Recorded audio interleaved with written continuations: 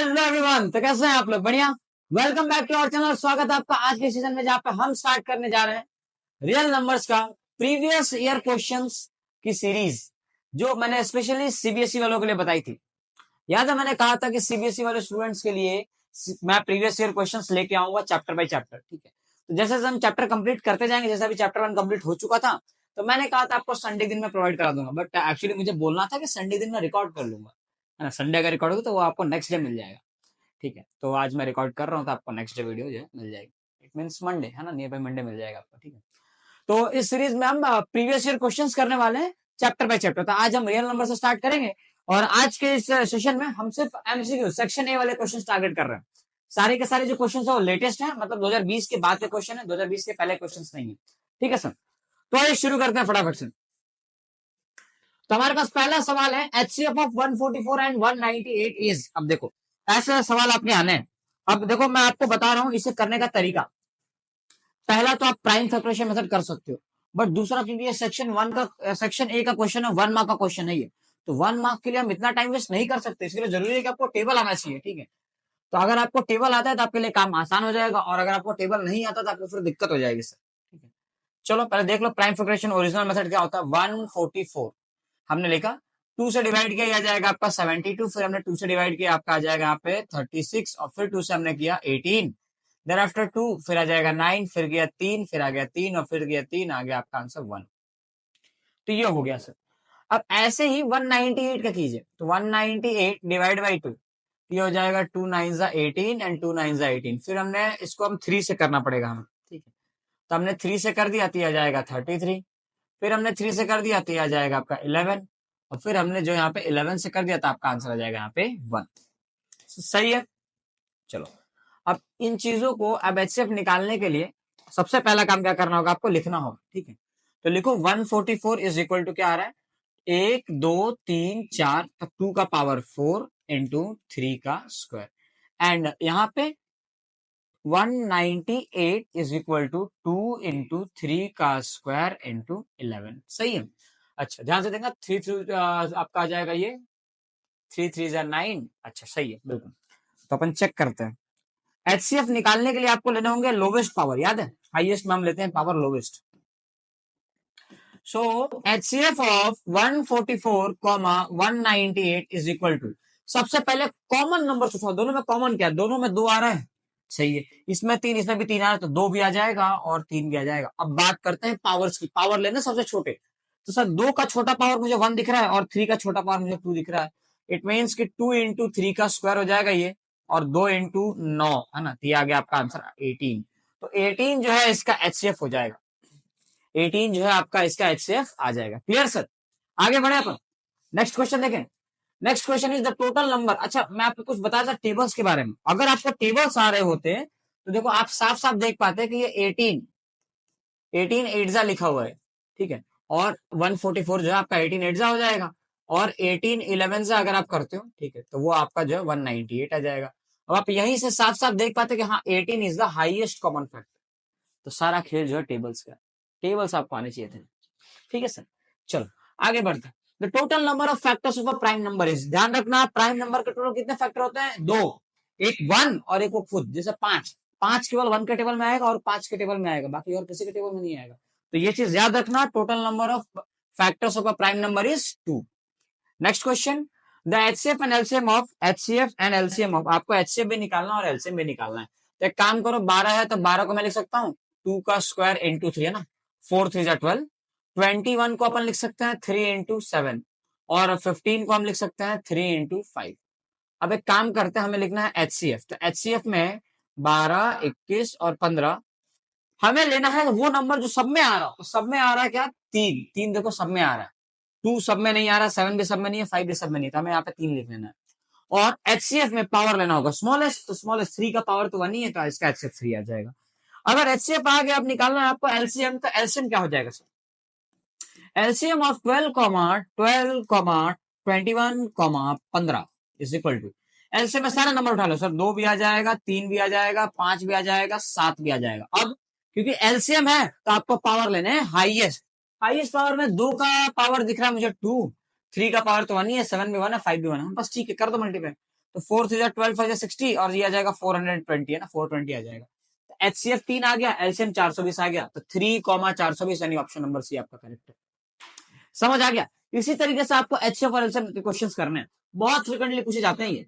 Next क्या है, the HCF of 92 and 152। अब ये भी बहुत आसान है, सब टेबल का ही खेल है, टेबल आपको आना चाहिए।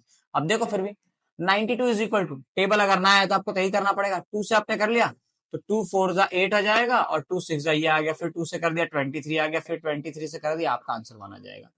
152 को जब मैं ऐसे डिवाइड करूंगा 2 से, ये हो जाएगा 2 7 जा 2 6 जा, फिर 2 से कर दिया हमने, तो 2 3 जा 2 8 जा, फिर 2 से कर दो आ जाएगा 19, फिर 19 से कर दो, आपका आंसर आ गया 1। Okay sir, done sir. अब आगे बताओ सर, आगे क्या करना आपको, लिखना है कि सर 92 इज इक्वल टू 2 का स्क्वायर इंटू 3 हो गया, सॉरी 23 हो गया, 23 हो गया, और 152 इज इक्वल टू क्या हुआ, 2 का क्यूब इंटू 19 हो गया।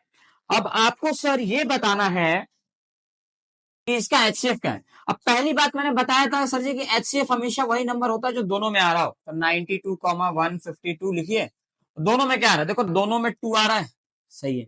क्या दोनों में 23 है, नहीं है, 19 भी नहीं है, तो इसके बारे में मगजमारी करनी ही नहीं है। अब उठा लिया हमने। अब HCF हाईएस्ट कॉमन फैक्टर, तो पावर लेना है लोएस्ट, सबसे छोटा पावर, तो 2 का पावर 2, 2 का पावर तो छोटा क्या है ऊपर वाला, तो 2 का पावर 2 लेंगे, यानी आपका HCF जो है वो 4 आ जाएगा। 4 टिक करेंगे, आगे बढ़ेंगे फटाफट से। नेक्स्ट क्वेश्चन क्या है हमारे पास, HCF ऑफ 2 कॉन्जिक्यूटिव, अच्छा यहाँ पे कुछ मिसिंग है, मैं बता रहा हूँ आपको, 2 कॉन्जिक्यूटिव इवन नंबर्स, इसको लिख लेना, करेक्ट कर लेना, 2 कॉन्जिक्यूटिव इवन नंबर्स, ठीक है सर। ये इवन नंबर का होता है, देखो बेटा इवन नंबर वो होता है जो 2 के टेबल में डिवाइड होता है, मतलब अपने 2 4 6 8 10। अब मुद्दे की बात यह है कि कोई भी लगातार अगर आप 2 इवन नंबर लोगे, इवन नंबर 2 के टेबल में आता है, तो लगातार 2 इवन नंबर के बीच में है ना 2 का ही डिफरेंस आएगा, तो उसका हाईएस्ट कॉमन फैक्टर जो है 2 हो जाएगा, ध्यान रखना, इसको याद रखना। HCF of 2 consecutive even numbers is 2।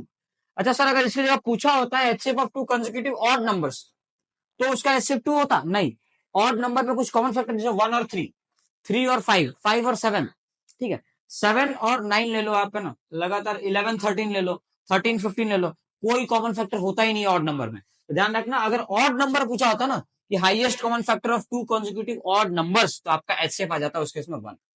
Odd number के केस में HCF 1 होता, और इवन नंबर के केस में HCF 2 हो जाएगा। ध्यान रहे, कॉन्जिक्यूटिव होना चाहिए, लगातार, लगातार होना चाहिए, ठीक है। अगला सवाल, the HCF and LCM of 4 the numbers 50 and 20। अगर आपको याद हो तो हमने एक फॉर्मूला पढ़ा था सर, कौन सा फॉर्मूला पढ़ा था, फॉर्मूला ये था कि दो नंबर HCF का A और B का HCF into LCM of A, B is equal to होता है A इंटू B। सर पढ़े थे क्या, बिल्कुल पढ़े थे। अब इसने पूछा है कि आपको बताना है HCF इंटू LCM क्या होगा, तो भैया HCF इंटू LCM निकालना है, तो ये रहा HCF इंटू LCM, और ये निकालने के लिए मुझे दोनों नंबर को मल्टीप्लाई करना होगा। अरे ये तो बहुत आसान है, मतलब अगर मुझे ये निकालना है, दो नंबर को मल्टीप्लाई कर दो, यानी 50 इंटू 20 कर दो, तो 5 2 जा 10, है ना, और 1 2 0 लगा दो, आ गया 1000, तो 1000 आपका आंसर हो गया। Clear. Next question, for which natural number 6 ends with digit 0। अब आपको वैसे तो चेक कर सकते हो, ये तो एनसीईआरटी का सवाल है ना, ये एन की किसी भी इंटीजर पे, इंटीजर वैल्यू पे, एन की किसी भी वैल्यू पे, है ना, ये कभी भी 0 एंड में नहीं आएगा, ध्यान रखना। क्यों, क्योंकि हमने इसे सॉल्व करके देखा था, याद है 6n किया था, फिर इसको हमने प्राइम फैक्टराइज किया, तो इसको 2 इंटू 3 का पावर n कर दिया, फिर ये 2 का पावर n और 3 का पावर n में ब्रेक हो जाता है, हमने ब्रैकेट हटा दिया। और हम जानते हैं ये चीज कि जब भी हमें एंड में 0 चाहिए, तो 2 के साथ में 5 का होना जरूरी, तभी तो 2 5 या 10 आएगा और एंड में 0 होगा।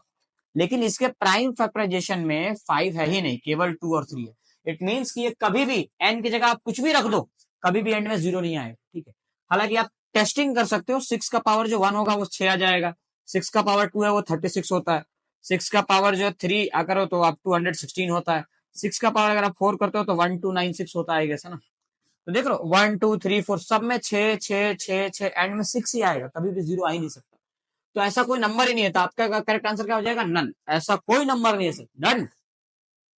Okay, next, the exponent of 5 in the prime factorization of 3 7 5 0 कैसे बताएंगे, तो बताना क्या है सर, बताना क्या है, शुरू हो जाओ बस, 3 7 5 0 डिवाइड करो, 2 से किया 2 1 जा 2 8 जा, और ये हो जाएगा 2 7 जा 2 5 जा, सही है।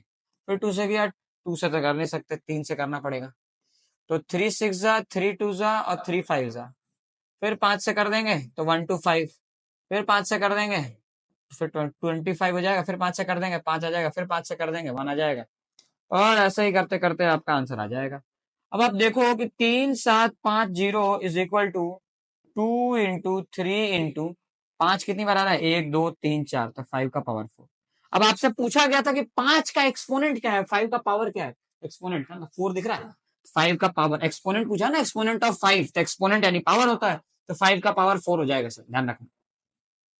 Next, HCF into LCM for the number 30 and 70। यार ऐसा सवाल तो हमने जस्ट पहले भी किया था, देखो ये देखो कहाँ गया, ये याद है, एचसीएफ इंटू एलसीएम निकालना है तो दोनों नंबर को मल्टीप्लाई कर दो। अब ये 2021 में पूछा गया था, अब ऐसा ही सेम मिलता जुलता सवाल आपको 2023 में फिर से पूछा गया कि एचसीएफ इंटू एलसीएम बता दो 30 इंटू 70 का, तो 3 7 जा 21 और पीछे 2 जीरो आ जाएगा, तो 2100 आपका ऑप्शन नंबर ए जो है वो करेक्ट हो जाएगा।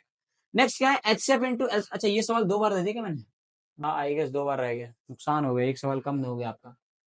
The LCM of two numbers is 2400, which of the following cannot be their HCF। अब याद करो, अगर तुमने डे 2 वाला लेक्चर देखा है तो उसमें मैंने एक पॉइंट लिखा था, HCF is always the factor of LCM।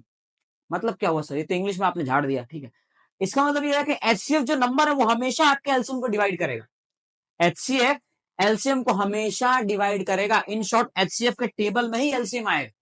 तो आप देखो जरा, है ना, क्या 300 से 2400 डिवाइड होगा, तो 3 8 24 डिविजिबल दिख रहा है, 400 से अगर मैं डिवाइड करूं तो 4 6 24 डिवाइड हो जाएगा, अगर मैं 500 से डिवाइड करूं तो क्या दिख रहा है, 2400 जो है वो 500 से डिवाइड हो जाएगा क्या, 0 0 कट जाएगा, देखो 24 5 से डिवाइड नहीं हो रहा है, ठीक, हाँ 600 से डिवाइड करूं तो अगेन ये हो जाएगा, मतलब 500, ऑप्शन नंबर सी एक ऐसा ऑप्शन है ना, ऑप्शन नंबर सी, मतलब 500 से ये चीज डिवाइड नहीं हो रही है, मतलब 500 इसका एचसीएफ कभी नहीं हो सकता, 300 इसका एचसीएफ हो सकता है, 400 भी हो सकता है, 600 हो सकता है, लेकिन 500 can never be the LCM of this two numbers जिनका एलसीएम जो है 2400 आ रहा हो।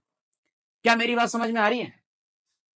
Next question, the number 5 minus 3 root 5 plus root 5। अब ध्यान से देखना है ना, 5 माइनस 3 रूट 5 है, अब दुनिया जानती है जब रूट का है कोई नंबर ना तब मान लो यहाँ पर 1 लिखा है, अब माइनस 3 रूट 5 है, प्लस 1 रूट 5 करोगे तो ये क्या हो जाएगा, माइनस 2 रूट 5 हो जाएगा। और ये एक प्रॉपर्टी थी, किसी भी रैशनल नंबर में प्लस करो या माइनस करो एक इरेशनल नंबर को, तो आपका ओवरऑल ये जो नंबर है उसे हम इरेशनल कंसीडर करते हैं। तो ये एक रैशनल है और ये इरेशनल है, दोनों को हम माइनस कर रहे हैं, तो हमारा आंसर जो है एन इरेशनल नंबर आ जाएगा, क्योंकि ये इरेशनल है, ठीक है। नेक्स्ट क्वेश्चन क्या है, the ratio of HCF and LCM of least composite number and the least prime number. अब याद है मैंने बताया था लीस्ट कंपोजिट नंबर क्या होता है, least composite number is 4 and least composite number prime number क्या होता है, वो होता है आपका 2।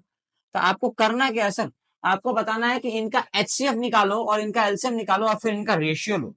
तो चलो एक काम करते हैं, मैं एचसीएफ पहले निकाल लेता हूं। तो मैंने निकाला एचसीएफ ऑफ 2,4 और फिर मैंने निकाला एलसीएम ऑफ 2,4। बहुत इंपॉर्टेंट क्वेश्चन, अगर आपको याद हो तो मैंने ये डे 2 के लेक्चर में बताया भी था, ऐसे क्वेश्चन हमने किए भी थे, है ना, एचसीएफ हमने निकाला था। देखो लीस्ट कंपोजिट नंबर का जो एचसीएफ है वो 2 आ जाएगा, कंपोजिट और प्राइम का एचसीएफ 2 होगा और कंपोजिट और प्राइम का एलसीएम जो है 4 आ जाएगा, ध्यान रखें। अब इन्होंने बोला कि आप इसका रेशियो निकालो, तो रेशियो यानी डिवाइड, तो 2/4 को डिवाइड करो क्या आ जाएगा, 1/2 आ जाएगा, यानी ये हो जाएगा आपका 1:2। तो 1:2 इज द करेक्ट आंसर। अच्छा नेक्स्ट क्वेश्चन क्या है, the ratio of HCF and LCM of least composite number and the prime number. अच्छा ये क्वेश्चन फिर से रिपीट हो गया, मतलब मैंने 2 सवालों को नुकसान करवा दिया आपका, कोई बात नहीं, जब सेक्शन बी के लिए मैं क्वेश्चन जो नेक्स्ट लेक्चर आएगा, ठीक है, तो उसके अंदर आपके 2 एमसीक्यूज में अलग से ऐड कर दूंगा, ठीक है, ये 15 एमसीक्यूज मिनिमम मुझे कराने थे। तो फिर अगर ये चीज सेम हो गई तो फिर तो हमारे पास क्वेश्चन है ही नहीं, मतलब एक क्वेश्चन और बचा है क्या, एक क्वेश्चन बचा हुआ है। If A and B are 2 को prime numbers then A cube. अच्छा ये ए क्यूब है ना, इसको ऊपर टांग देना, ठीक है, ए का क्यूब कर देना, एंड ये हो जाएगा आपका बी क्यूब।